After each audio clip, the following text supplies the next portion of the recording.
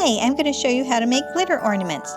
You will need a plastic or glass ornament, pledge floor wax, glitter, really fine glitter works best, newspaper or some sort of tray to catch any glitter that you might spill, a plastic cup to help you hold your ornament, possibly a measuring spoon, or a piece of paper to be a funnel to funnel your wax into your ornament, or maybe even a funnel if you have a funnel.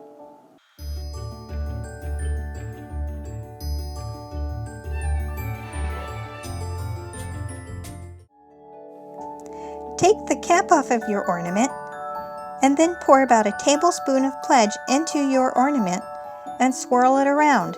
Coat the entire inside of your ornament thoroughly. Then pour any extra pledge back into the pledge container or into your plastic cup. Once the inside is coated, you can now add your glitter.